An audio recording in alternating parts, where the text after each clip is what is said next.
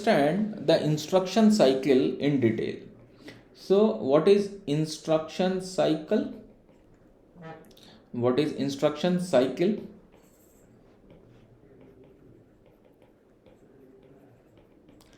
Cycle means a period of time. Okay, so let's say if I consider a decade is a cycle, it starts from 0 to 9 years, or maybe 1 to 10 years, and then it will repeat again. So when we call first decade, second decade, third decade, it becomes a cycle.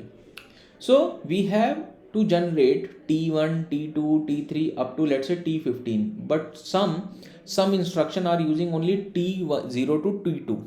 After that, we reset it and then start from T0, T1, T2, and let's say the next micro instruction is using let's say till T4.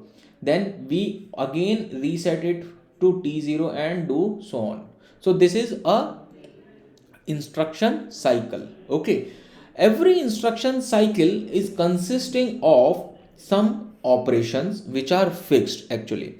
So what are the operations? First operation which is fixed is fetching of an instruction. So first of all, we have to fetch the instruction, and we have seen that very much in detail, that how to fetch an instruction. So how to fetch an instruction? First of all, the address is present in the program counter. We have to give the address of program counter into address register. Then in the next cycle, in the next clock, we will transfer the data of memory of that particular address to our bus and load that address that data with instruction register, and simultaneously we will increment the program counter. So this is all about fetching. Now let's say it takes 5 cycles or 5 clock cycles, not cycles, 5 clocks. What it means is T0, T1, T2, T3 and T4. We are just assuming it. Okay, so it is not fixed. It is not fixed that we can do it into 2 cycles only, 2 clock cycles only. Although we have seen that in T0 we are doing something, in T1 we are doing something, but it is only in our virtual computer which we have made. Otherwise, in real life computers, it may take 5 cycles, 5 clock cycles, or it may take 10 clock cycles. So it is given in the question how many micro operations it needed to fetch an instruction. After fetching an instruction, we decode an instruction. So decoding an instruction means analyzing it, understanding it, what type of an instruction it is. Now, what happens is, after decoding, there are two possibilities. What are two possibilities? Computation of effective address. Computation of effective address. Why a computation of effective address is needed? Because let's say if I equal to 0, that means we do not have to calculate the effective address, that is direct addressing, and nothing is required. Nothing is required because the effective address is present in your instruction only. That's what we have studied. In the direct addressing, the address is present in the instruction itself, so we do not have to calculate anything. But then if I is equal to 1, if I is equal to 1, then it means that it is indirect addressing. If it is indirect addressing, then memory access is required. Memory access is required. Why memory access is required? See that. Let's say this is our instruction. Here this is 1. Let's say for example this is 0 and we have 100 here. So what is this? This is 15th bit. This is, let's say, 12th bit, because this is opcode and this is our operand. So if this is 0, then we do not have to do anything. We just go into our memory and access this at 100 address and we will find our data. So this is what? Effective address. So we do not have to calculate anything for direct addressing. But then if this is 1, then what we have to do is, we will go at this address 100, we will access this, and then again we have to go to this particular address. Let's say this is 400, and then we will access this. So this access, or in case of direct addressing, this access is always required. But in effective, in indirect addressing, going to one more address, because this is the effective address. In case of indirect addressing, this is one more memory access. So that's why we need memory access in indirect addressing, which will take maybe one more clock cycle. So direct addressing में clock cycle कम चाहिए, indirect addressing में clock cycle ज़्यादा चाहिए. And after that what we will do is we will execute an instruction. After that we will execute an instruction. So after, let's say, execution is done, we have to reset. After execution is done, we have to reset the timing signal.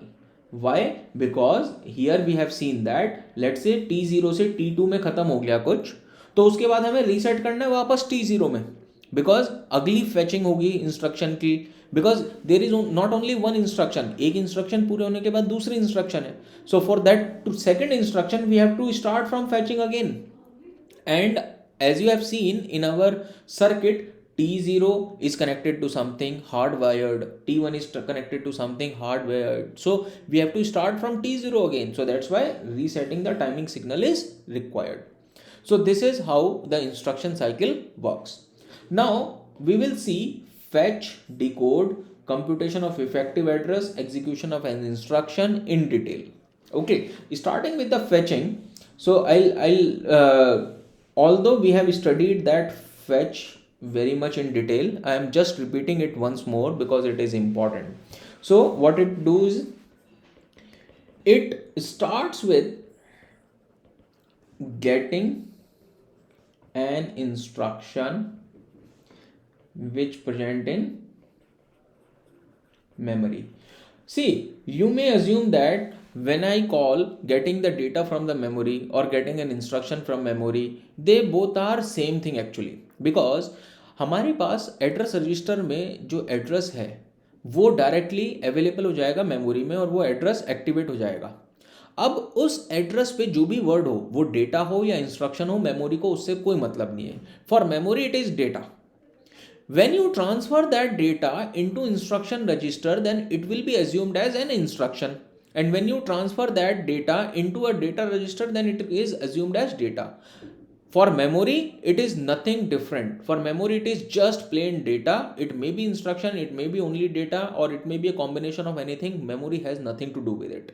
Okay, so when it is transferred to different register, then it makes sense whether it is instruction or data. So we get an instruction from our memory. How to get it? Already we have seen multiple times. What we do is at t0 we will select the we will select the program counter and transfer it to AR, and at t1 then we will select the memory of AR and then transfer it to our instruction register, and simultaneously we have to increment the program counter. This is what we are doing to transfer the instruction from memory to instruction register. Okay, and here we have assumed that program counter is already having address. So when we start any program counter is having the starting address, and after that for the next instruction we have already incremented the program counter, so the new address is already available at program counter. So we need not to load program counter specifically. Okay, जब आप programme को start करोगे तो program counter में आप starting address को load करोगे सबसे पहले, और उसके बाद सारी इंस्ट्रक्शंस के लिए प्रोग्राम काउंटर या तो इंक्रीमेंट हो रहा है, या फिर अगर हमें ब्रांच करना है तो इंस्ट्रक्शन के अंदर जो भी एड्रेस होगा जहां पे हमें ब्रांच करना है वो एग्जीक्यूशन वाली साइकिल में प्रोग्राम काउंटर उससे अपडेट हो जाएगा. जब हमें रिटर्न करना होगा तब भी वो एग्जीक्यूशन वाली साइकिल में वो प्रोग्राम काउंटर अपडेट हो जाएगा. So we are not updating program counter specifically, but it is based on either the instruction if it is branch instruction, or we are incrementing program counter after every fetching of an instruction. And remember that program counter is incremented after fetching, not before fetching. Okay, so here the fetch is complete for our small computer. Okay, so this always starts with T0, that is first clock cycle at the beginning of the clock. And in this basic virtual, because we have made it so basic virtual computer, it takes two clock cycles. So I'm specifically writing here because you should not hard learn it, because in exam it may take 4 cycles, it may take 7 cycles, it will be given to you in exam. So in this basic virtual computer it takes 2 clock cycles, but it varies from computer to computer. Okay, it is always given in question. So this is our fetching. In next video I'll tell you how to do decoding.